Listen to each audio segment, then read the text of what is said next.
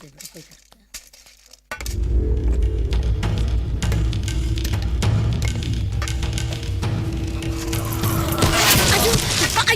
ആരാ? അയ്യോ ആരാ? ഞാനാ ദിവാകരൻ. ഞാനേ ഇതിന്റെ അകത്ത് 2 തേങ്ങ ഇട്ടിരുന്നു, അതെന്തോന്ന് നോക്കിയതാ. ചാക്കിനകത്ത് കയറിയാണോ നോക്ക്? ചാക്കിലിട്ട തേങ്ങ ചാക്കിലല്ലാതെ പിന്നെ അലമാരിക്കരുത് നോക്കാൻ പറ്റും. പ്രേതത്തെ പേടിച്ച ചാക്കിനകത്തല്ല, വേണ്ടി വന്ന അലമാരിക്കകത്ത് നോക്കും. എനിക്കാ ഒരു യുക്തിവാദിയായി എനിക്കാ കല്യാണിയമ്മ എന്താ അമ്മെങ്കിലും ആവട്ടെ. ഭാവി ഭൂതവും വർത്തമാനം തന്നെ ശരിയല്ല, പിന്നെയാണോ പ്രേതവും ഭൂതവും?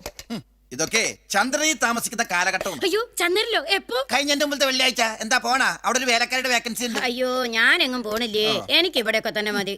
അല്ല ദിവാകര, ബാലമോള് പ്രേതത്തെ കണ്ടുവെന്നും പേടിച്ചു എന്നൊക്കെ പറഞ്ഞത് സത്യമാണോ? ഇതിനെ കുറിച്ച് ദിവാകരന്റെ അഭിപ്രായം എന്താ? ഞാൻ എന്താ അഭിപ്രായം പറയാനാ? ഞാൻ മരിച്ചിട്ട് 45.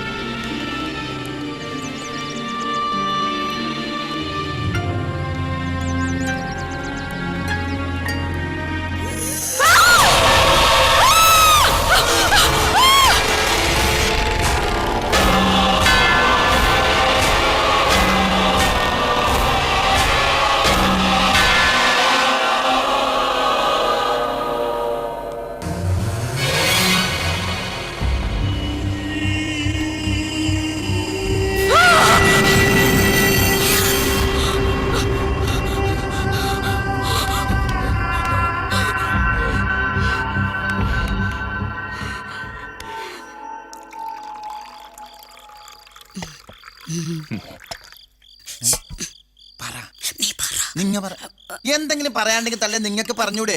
ഒരു യുക്തിവാദിയെ ഞാൻ ഇതിന് കൂട്ടുന്ന ഈശ്വരൻ പൊറുക്കൂല. എന്താ ജാനകിയമ്മേ? അല്ല ഇതിപ്പോ ഇങ്ങനെ വെച്ചോണ്ടിരിക്കല്ലോ, തിന്നോണ്ടിരിക്കല്ലേ.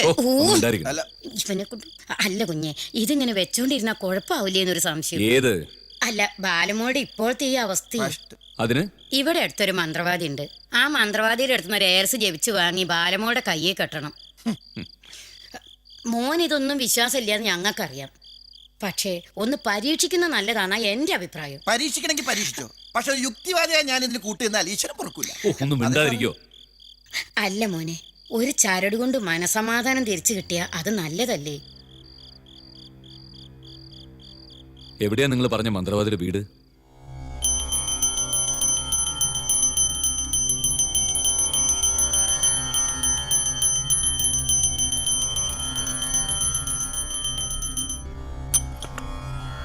പോലീസിലാണല്ലേ പണി? ആ, വിവരങ്ങളൊക്കെ ജാനകിയമ്മ പറഞ്ഞു. സാധാരണ ഒരാളെ കാണൽ പതിവുണ്ട്, പക്ഷേ ഇതിപ്പോ 2 പേർ. അതാ അത്ഭുതം. എൻ്റെ ജീവിതത്തിൽ ഇത് ആദ്യത്തെ അനുഭവം. ആ, നമുക്ക് നോക്കാം. എൻ്റെ അച്ഛൻ പേര് കേട്ടൊരു മന്ത്രവാദിയായിരുന്നു. ദൂരെ ദിക്കുന്ന പോലും ആളുകൾ അച്ഛനെ തിരക്കി വന്നിരുന്നു. അച്ഛൻ്റെ ശിക്ഷണത്തിലാ ഞാനിതൊക്കെ പഠിച്ചത്. അച്ഛനാണ് എൻ്റെ വഴികാട്ടിയും ഗുരുവും. അതുകൊണ്ട് ദക്ഷിണ അച്ഛൻ്റെ പടത്തിൻ്റെ മുന്നിലേക്ക് വെച്ചോളൂ.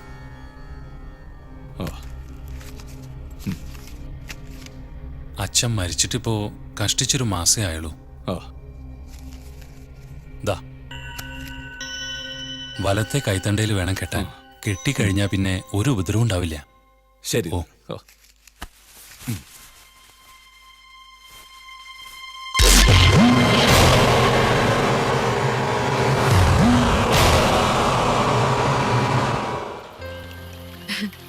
ഈ ചരട് കൊണ്ട് എന്തെങ്കിലും പ്രയോജനം ഉണ്ടാവോ? മന്ത്രവാദം ഒരു ശാസ്ത്രമാണ്. ശാസ്ത്രത്തിന് ഒരിക്കലും തെറ്റുപറ്റില്ല. പക്ഷെ വിശ്വസിക്കണം. ഏതായാലും നമുക്കൊന്ന് പരീക്ഷിച്ചു നോക്കാം. ജാനകിയമ്മ പറഞ്ഞ പോലെ ഒരു ചരട് കൊണ്ട് മനസ്സമാധാനം തിരിച്ചു കിട്ടിയാൽ നല്ലതല്ലേ? ഈ ചരടും ജീവന്റെ പറച്ചിലും നോക്കട്ടെ, പറ്റിയ ഞാൻ അത് നോവലിൽ കേട്ടു. അപ്പൊ റോയൽറ്റി കിട്ടുമ്പോ ഒരു പകുതി എനിക്ക് കൂടി തരണം. അതെ, എങ്ങോട്ടാ പോണത്? അയ്യോ, ഇന്നെങ്കിലും കുറച്ച് എഴുതണം, അല്ലെങ്കിൽ പറഞ്ഞ സമയത്ത് പബ്ലിഷേഴ്സിന് കൊടുക്കാൻ പറ്റില്ല. നേരാ, നിന്റെ നോവല് കിട്ടാത്തത് കൊണ്ട് ഇന്നലെ അരികുറ്റിയിൽ 3 പേരാ തൂങ്ങിച്ചത്തത്.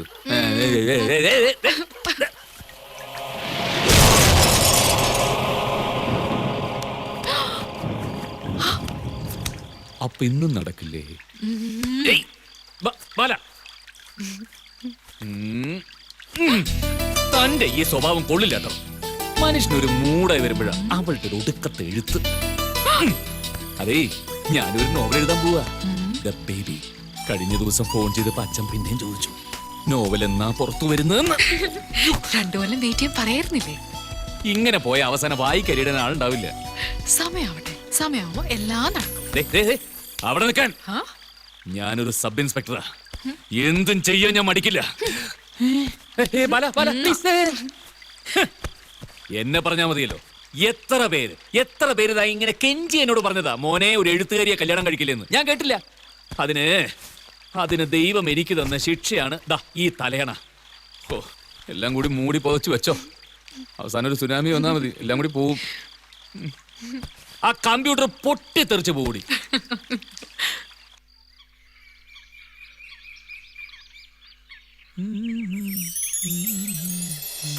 ഇന്ന് നേരത്തെ എത്തുവോ? ശ്രമിക്കാം. ശ്രമിച്ച പോരാ, സന്ധ്യ കഴിഞ്ഞ് ജീവൻ അടുത്തില്ലെങ്കിൽ എനിക്ക് ഭയങ്കര പേടിയാ. പേടി മാറാനായിട്ട് എന്റെ കയ്യിലൊരു തന്ത്രമുണ്ട് കുട്ടി. എന്ത് തന്ത്രം? അതാണ് രസതന്ത്രം.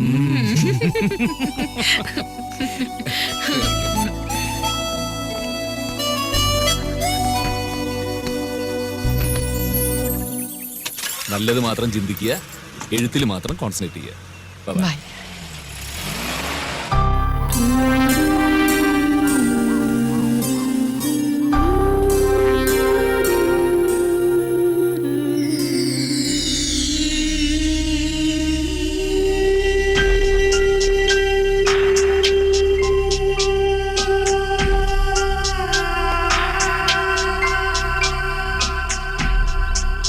അല്ല, മോള് ഇവിടെ വന്ന് നിൽക്കുകയാണോ?